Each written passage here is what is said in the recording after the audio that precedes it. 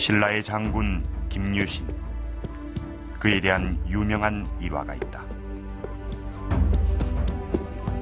어느 날 술에 취한 김유신이 집으로 향하고 있었다.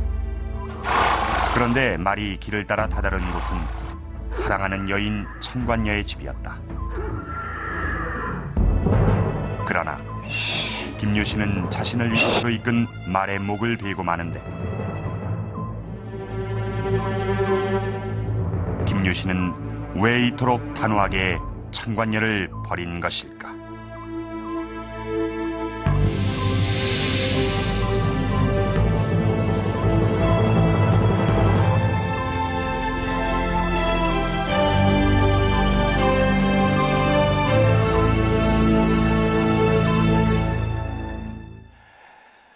신라의 장군이자 삼국 통일의 주역이었던 김유신. 더 이상의 설명이 필요 없을 정도로 우리에게 잘 알려진 인물입니다. 김유신은 과연 어떤 사람이었을까요? 이 김유신에 대한 많은 기록 중에 그의 인간적인 면을 들여다볼 수 있는 이야기라고 하면은 천관녀와의 사랑 이야기를 들 수 있습니다. 우리에게 너무나 잘 알려져 있는 그런 이야기죠.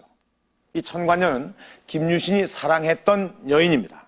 하지만 김유신은 자신을 천관녀의 집 앞으로 이끈 그 말의 목을 베일 정도로 모질게 천관녀를 버립니다. 자, 그런데 이 비극적 사랑 이야기 속에는 김유신이 80평생을 겪어야 했던 인간적인 갈등과 고뇌가 담겨 있습니다. 그럼 우선 김유신과 천관녀가 어떻게 만나 또 어떻게 사랑을 하고 이별을 했는지 1500년 전의 사랑 이야기를 만나보도록 하겠습니다.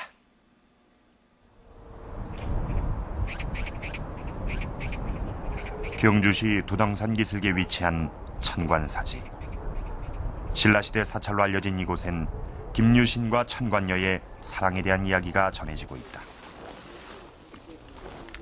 지난 1970년 밭이었던 이곳을 논으로 바꾸는 과정에서 유물이 대거 발굴됐다. 그리고 그 이후에도 농부들에 의해 중요한 유물들이 한두 개씩 발견되곤 했는데 최근에야 본격적인 발굴 작업이 시작된 것이다. 청관사라는 이름은 김유신을 거기다가 주고 간 청관을 위해서 유신이 절을 짓고 이름을 청관사라 했다는 이야기도 있고요. 또 하나는 청관호에 가까운 분들이 그 애달픈 사연을 듣고 그를 기리고 달리기 위해서 청관사라고 이름을 붙였다고도 합니다. 김유신과 천관녀의 사랑 이야기는 3권의 책에 기록돼 있는데 모두 고려 중엽 이후에 쓰여진 것들이다. 이 책에 남아있는 내용은 모두 비슷하다.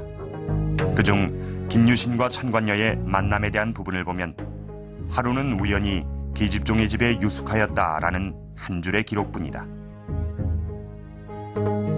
그리고 뒤이어 나오는 기록이 두 사람의 헤어짐에 대해서다. 어느 날 김유신을 마주한 어머니는 더 이상 천관녀를 만나지 말라고 눈물로 호소한다. 그러자 김유신은 어머니의 뜻에 따르겠다고 맹세한다. 기록이 남아있는 두 사람의 사랑 이야기는 이렇듯 간단하다. 하지만 그 길지 않은 기록 속엔 두 사람의 사랑이 얼마나 애틋했는지 짐작할 수 있는 대목이 있다. 술에 취한 김유신이 집으로 돌아오고 있는데 말이 옛길을 따라 천관녀의 집 앞으로 갔다는 부분이다.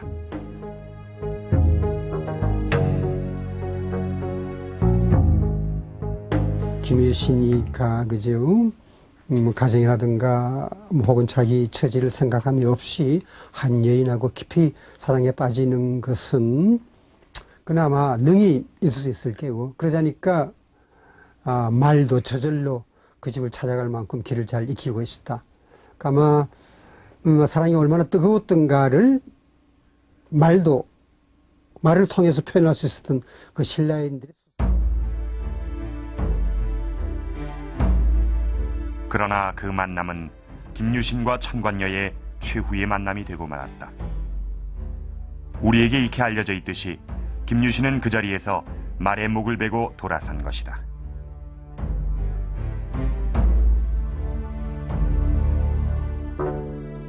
김유신에게 버림받은 천관녀는 머리를 깎고 평생 홀로 살며 김유신을 위해 기도하다가 생을 마쳤다고 한다.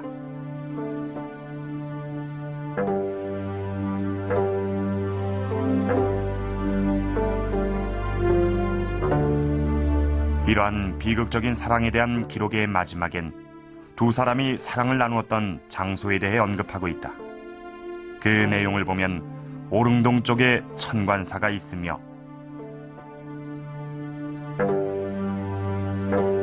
그 천관사가 바로 천관녀의 집이었다는 것이다. 바로 지금의 천관사지 자리다. 천관사지라고 정의. 오랫동안 구전으로 전해오다 고려 중엽에 와서야 기록으로 남게 된 사랑 이야기의 실체가 발굴 작업이 진행되면서 구체적으로 드러나고 있다. 아마 팔각형의 석탑이라고 생각되는 그 하부 구조입니다. 발굴 작업이 진행되면서 이곳이 분명한 절터였음을 짐작하는 유물들이 발견됐다. 그 중에 하나가 탑이다. 탑의 아랫부분을 비롯해 탑재를 쓰였던 것으로 보이는 돌들이 천관사지 곳곳에서 발견됐다.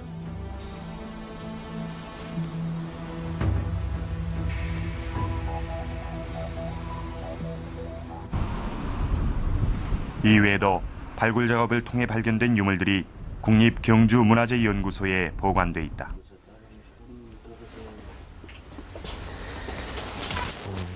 지금 이 유물들이 천관사지에서 지금 현재까지 발굴되어 온 출토된 그 유물들입니다.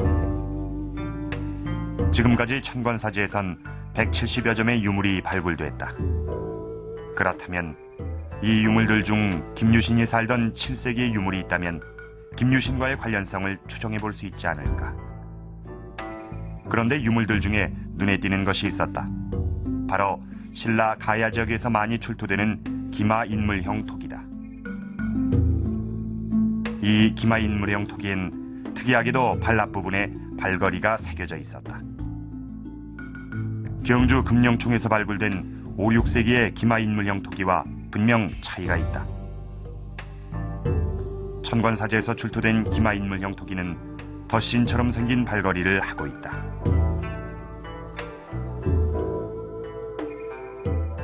그런데 이 발걸이는 기마 인물형 토기의 연대를 추정하는 데 단서가 된다.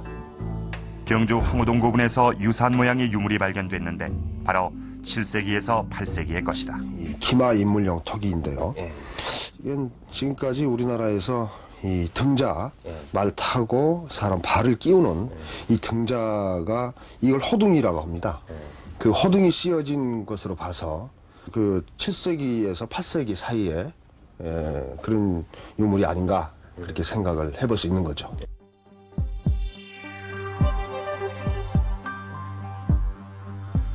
이외에도 7세기의 유물들이 눈에 많이 띈다.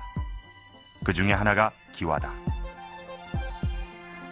이 기와엔 글자가 새겨져 있는데 바로 습비다.